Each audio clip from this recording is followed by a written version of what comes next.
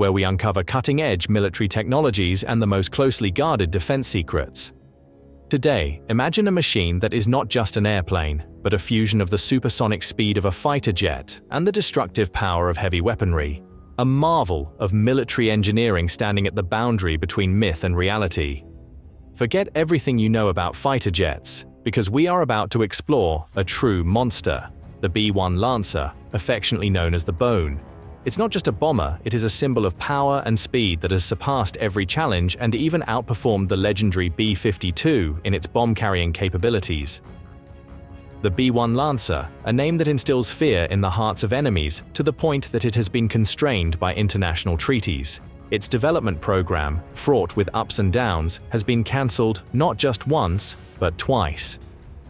Yet, like a phoenix rising from the ashes, it has emerged powerfully, setting over 60 world records and becoming one of the most important strategic weapons of the United States.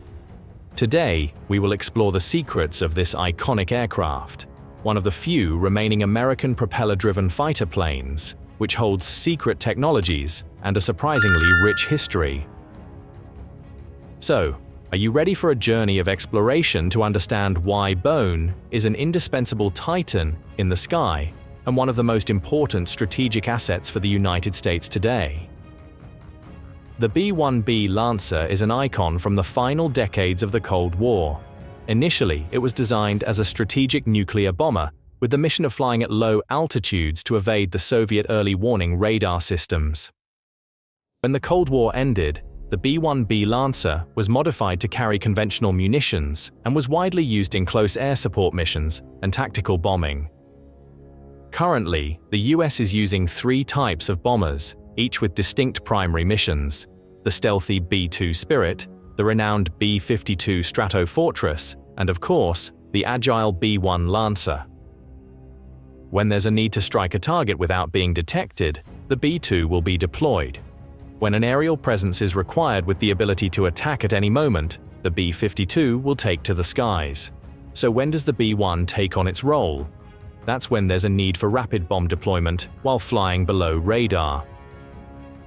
To truly appreciate the unique position of the B-1 Lancer in today's air combat strategy, we need to step back more than half a century, to the late 1950s. The emergence of surface-to-air missiles, SAM, marked the end of the high-altitude bombing era. The shooting down of Gary Power's U-2 in 1960 undeniably demonstrated that altitude was no longer a safe shield for bombers. The US Air Force had to adapt by developing low-flying tactics that leveraged the terrain to hide from enemy radar. This strategy is based on a simple principle: ground-based radar is often disrupted by natural objects, creating a blind spot at low altitudes. However, this change also presents new challenges for aircraft designers. The B-58 Hustler, designed to reach speeds of Mach 2 at high altitudes, was completely at a loss when it came to low-altitude flight requirements. The B-58 program was cancelled after less than a decade of service. The B-52, although not designed for low-level flying, still had to strain to carry out this mission, but it was clear that this was not an optimal solution. To address this issue, new designs were developed, referred to as penetrators, to conduct long flights at low altitudes. The F-111 became the first bomber to achieve this. As a result, the Air Force wanted a bomber that combined the Mach 2 speed of the B-58 with the range and payload of the B-52. In this way, this new bomber would replace both the B-58 and the B-52, at least in the Air Force's view. These requirements led to the AMSA, Advanced Manned Strategic Aircraft project, aimed at creating a bomber capable of operating similarly to the F-111. Over time, the AMSA project was delayed, and there was a joke that AMSA actually stood for the most studied aircraft by Americans. But is there really a need for a new bomber when long-range ICBMs and submarine-launched missiles are becoming more appealing for defense strategies? At that time, Secretary of Defense Robert McNamara supported ICBMs and limited the bomber program to just research and development of components. These studies focused on advanced technology, but McNamara did not want a new bomber. He only wanted to improve the B-52 and use the B-111 for short missions. The AMSA project seemed to be losing viability. In the world of military aviation, projects like the B-1 bomber frequently encounter complex political debates. Understanding the various perspectives becomes essential, much like the journey of the B-1 from its design to the vast skies. The AMSA project was nearly cancelled in the late 1960s, but Richard Nixon revived it after he became president. By April 1969, the program officially became known as the B-1A. Proposals from General Dynamics, Boeing, and Rockwell were submitted in January 1970, with Rockwell winning the contract in June of that year. The initial design of the B-1A is truly impressive. This aircraft is equipped with an escape pod that allows pilots to eject at high speeds, along with wings that can sweep forward for takeoff and landing, then sweep back for high-speed flight. When it comes to air power, one cannot overlook the B-1A, a strategic bomber with an incredible flying speed of up to Mach 2 at high altitude and Mach 1.2 at low altitude. The B-1 is designed to reach speeds of Mach 2 at high altitude and Mach 1.2 at low altitude, a requirement that necessitates the fuselage to be made from titanium alloy. This drove the cost of each aircraft up to $40 million, but within just 5 years, that figure skyrocketed to $70 million by 1975 due to the inflationary pressures of the time. But the issue wasn't just about the cost. At that time, the Soviet Union was the only country producing titanium alloys, which meant that the United States had to import the raw materials from a potential adversary. To address this situation, Rockwell began seeking measures to reduce production costs. Notable changes included the use of ejection seats instead of escape pods, along with lowering the takeoff speed requirement from Mach 0.85, which in turn reduced the use of titanium for the wings and fuselage of the aircraft. However, even with these adjustments, when President Jimmy Carter took office in 1977, the projected cost of each B-1 had risen to $100 million, and many competing projects began to emerge. One of the prominent projects that Carter was informed about was a secret stealth bomber known as the Advanced Technology Bomber ATB, which later became the B-2 Spirit. In June 1977, Carter decided to cancel the B-1 program to focus on nuclear missiles on submarines and the modernization of the B-52. Interestingly, the ATB program, which helped give rise to the B-2, the aircraft that played a crucial role in the cancellation of the B-1, became a key factor in the revival of the B-1 itself. When Carter cancelled this project, the support was clearly divided along party lines. The Republican Party supported keeping the program, while the Democratic Party opposed it. During the 1980 presidential campaign, Ronald Reagan strongly criticized Carter for not doing enough for national defense, often citing the cancellation of the B-1 program as a prime example. Upon taking office, Reagan had to choose between whether to continue investing in the ATB stealth bomber or to revive the B-1 program as a temporary solution.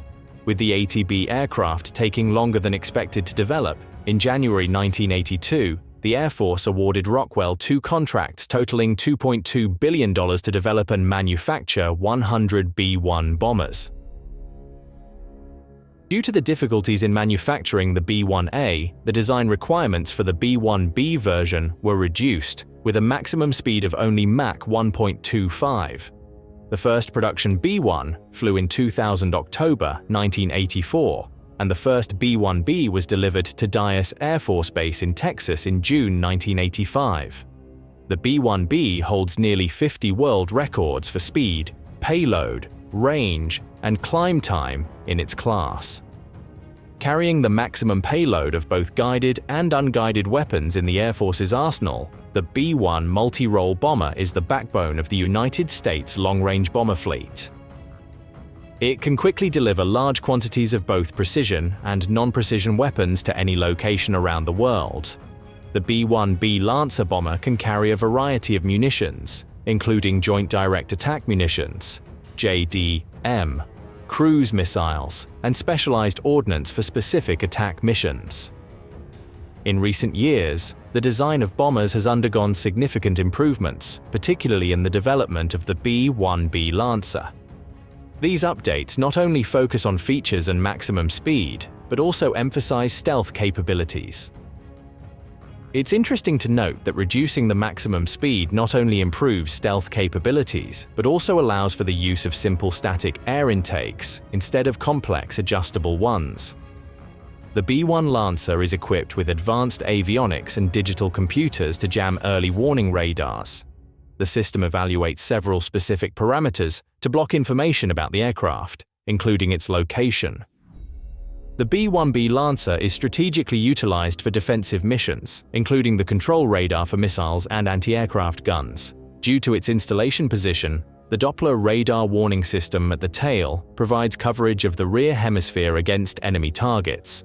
The chaff and flare dispenser is employed as a countermeasure, enhancing the system's reliability.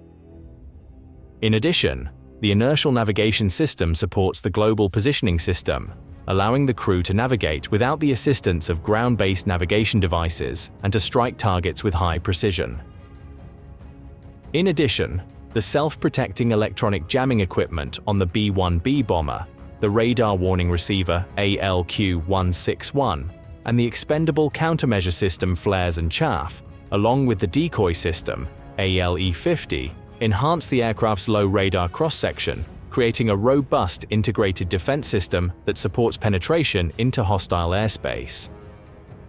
Along with that, the S-shaped ducting system has also been implemented, which helps to partially conceal the engine blades from enemy radar. This could make a significant difference in modern warfare. This amazing feature has made the B-1B a strong contender, even though it is not classified as a stealth aircraft in the strictest sense.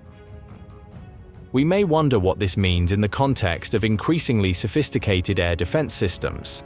That's right, it's about developing the subsonic speed of the B-1B to operate effectively at low altitudes, with the capability to increase from Mach 0.85 to 0.92. Depending on operational conditions, the wings of the B-1 Lancer can be extended or swept back, allowing the aircraft to be agile in combat. In addition, the 4 jet engines allow the B-1B Lancer to travel faster than Mach 1.25, but pilots are advised that this can damage the aircraft's structure and the engine air intake. In fact, when flying at an altitude of 15,000 meters, the B-1B Lancer can reach a speed of 830 miles per hour. Meanwhile, at an altitude of 61 to 100 meters, the B-1B Lancer can still fly at a speed of Mach 0.92. With a crew of 4, including a commander, pilot, and weapons specialist, the B-1B Lancer can effectively operate with a payload of 125,000 pounds of weapons. The operational range of the B-1B Lancer is 7,500 miles, with a combat radius of 3,450 miles. The maximum altitude of the B-1B Lancer is 59,000 feet. At high altitudes, the maximum speed of the B-1B reaches about Mach 1.2. Although there were many criticisms aimed at the B-1B in its early days, it is undeniable that its ability to carry both nuclear and conventional bombs has given it a significant advantage. Let's take a moment to look back. The first B-1B was introduced in 1984, and the 100th unit was delivered in 1988. When observing the B-1, do you notice a small wing near the nose of the aircraft? They are not just decorative details. They are actually part of the Structural Motion Control System, SMCS, designed to minimize vibrations during low-altitude flight. We often overlook how crucial stability is in close-range situations, especially when it comes to a heavy bomber like the B-1B. When it comes to power, the Lancer is on par with any other aircraft. With 4 GE-F-11 engines, each capable of producing over 30,000 pounds of thrust, it generates a total of up to 120,000 pounds of power. Just imagine the powerful sound it makes during takeoff.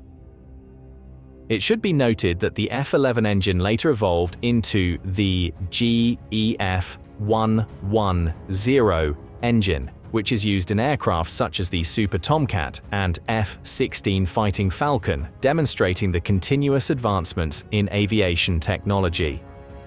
It's hard to fully describe the speed of the B-1B, but it certainly surprises many people. The Lancer has entered the record books with over 60 titles for speed, payload, distance, and climb time, establishing a reputation for the United States Air Force. The year 1993 marked an unforgettable milestone when 3 B-1B Lancers set a long-distance flight record, demonstrating the capability to strike any corner of the globe without needing to refuel. But one must ask, what value does a bomber have without bombs? The most notable feature of the B-1B Lancer is its payload capacity. Capable of carrying up to 75,000 pounds of weapons, it can transport bombs, missiles, and precision-guided munitions, PGMs. This versatility allows the aircraft to perform a wide range of missions, from strategic strikes to close air support. As mentioned earlier, the massive bomb load capacity of the B-1B is even superior to that of the B-52. Did you know that the B-1B can carry up to 75,000 pounds of bombs in not just one, not just two, but 3 internal bomb bays? In addition, the Lancer is equipped with 6 external hardpoints, capable of carrying a total of 50,000 pounds of munitions. This represents a massive destructive power hovering in the sky. These external hardpoints provide the B-1B with the flexibility to carry large types of weapons that may not fit in the internal bomb bay. The number of weapons that the Lancer can carry is impressive, ranging from long-range anti-ship missiles to conventional free-fall bombs, cluster bombs, and of course, precision-guided munitions. One of the standout features of the B-1B is its use of rotary launchers to deploy these types of bombs, giving a new meaning to the phrase, hitting someone from a distance. When it comes to precision-guided weapons, Lancer can utilize the Sniper XR pod developed by Lockheed, allowing the B-1B to employ various types of sensors to accurately identify targets before executing an attack. Initially, it was an additional option for the B-1B program, and this may have been what helped keep this bomber in service.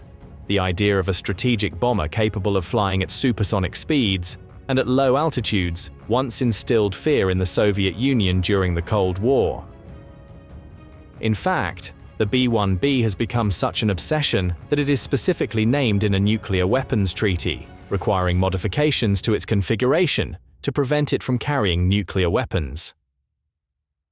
These improvements include adjusting the mounting points to prevent the installation of nuclear weapon support columns, removing the connections to ensure that nuclear weapons cannot be operational, and destroying the nuclear weapon support columns. These conversions were completed in 2011, and Russian officials inspect this bomber annually to ensure compliance. Interestingly, the B-1B did not see combat for the first time during the Gulf War, but rather in Operation Desert Fox in 1998, where it primarily dropped unguided conventional bombs. Since then, B-1Bs have participated in numerous conflicts, from the Kosovo War to Operation Enduring Freedom in Afghanistan and the Second Gulf War in 2003. In aerial command operations, various types of conventional weapons are used, including the GBU-31JD-AM precision-guided bomb for direct attacks. The most notable use of the JDAM occurred in Iraq in 2003 during the attempt to assassinate Saddam Hussein and his 2 sons. Nearly 4,000 JDAMs were used in the first 6 months of the mission, making the B-1 Lancer one of the most frequently used aircraft. 8 B-1 bombers dropped nearly 40% of the total munitions employed during the mission. The B-1 Lancers achieved a mission success rate of over 79%. Have you noticed the development of the B-1B over the years? Does this make you feel proud of your country's military technology? Please leave your thoughts in the comments for Power Insider. In the context of war, sharing the burden by utilizing fighter jets is crucial.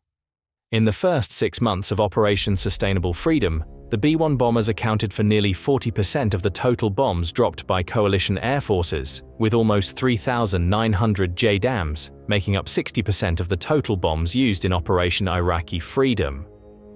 Although it participated in less than 1% of combat missions, the B-1 made a significant contribution by dropping 43% of the JDAMs, which amounts to about 480 bombs per Lancer. In 2012, the 9th Bomb Squadron returned after 6 months of duty in Afghanistan. With 9 B-1 bombers, the squadron conducted 770 sorties, making it the most active B-1 squadron during a single deployment. They have dedicated 9,500 flight hours and consistently maintained at least one fighter jet in the air. During this time, the 9th Bomb Squadron accounted for 1/4 of all sorties flown by combat aircraft in Afghanistan, while averaging 2 to 3 requests for air support each day. In addition to the admiration for the A-10 when it flies to support ground forces, we must not forget that the B-1 has saved the lives of many Allied soldiers, possibly including some of you watching this video. The B-1 also participated in anti-ISIS operations in Syria as part of the overall campaign. On 31 different occasions, the aircraft delivered its full payload of bombs. Today, the B-1 remains operational, carrying out daily missions. The United States Air Force, USAF, reallocated its B-1 Lancer bombers from Air Combat Command to Global Strike Command in 2015. This move occurred amid political instability in several countries and geopolitical tensions around the world. In 2017, the US Air Force deployed B-1 bombers near the North Korean border to showcase military strength. This move was primarily in response to North Korea's alleged testing of intercontinental ballistic missiles capable of reaching the state of Alaska. In April 2018, the B-1 was used to launch JASSM missiles in Damascus and Homs, Syria. In 2021, the US Air Force employed several B-1 aircraft for training missions with the ground forces of Norway and Sweden. At the beginning of last year, several locations in Iraq and Syria were targeted using USAF B-1 bombers to strike terrorist groups in retaliation for the deaths of 3 American soldiers in Jordan. With its high speed and long range, the B-1 has evolved into an effective multi-role bomber for conventional warfare against ground targets. In particular, the B-1 is also regarded as a valuable asset in maritime missions, such as patrolling shipping routes, which is especially important in the context of operations in the Pacific region. Currently, there are upgrade plans in place to maintain the viability of the B-1, with some estimates suggesting it will remain in service until 2038. At the same time, as you may have heard, the B-21 Raider is under development and has begun flight testing. However, if there are delays in the Raider program, history may repeat itself. The B-1 was put into production partly because the B-2 Spirit experienced delays in its development timeline. If the B-21 continues to fall behind schedule, will the B-1 be considered for an extension of its service life? This question is truly worth pondering. An interesting fact that not many people know is that the United States Air Force proposed an upgraded version of the bone called the B-1R, with the R representing its capability to operate within a regional range. Instead of the ability to fly long distances, this version will enhance speed, giving it a competitive advantage in modern campaigns. Due to its outstanding characteristics, the multi-role strategic bomber B-1B Lancer plays a crucial role in the operations of the United States Air Force. Its operational flexibility and advanced technological features make the B-1B Lancer an indispensable asset in both peacetime deterrence and wartime operations.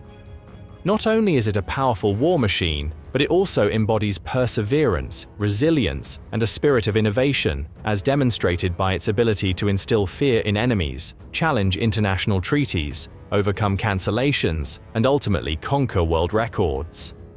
Don't forget to hit like if you enjoyed this content, share this video to spread knowledge, and subscribe to the Power Insider channel so you won't miss any upcoming videos. Do it now.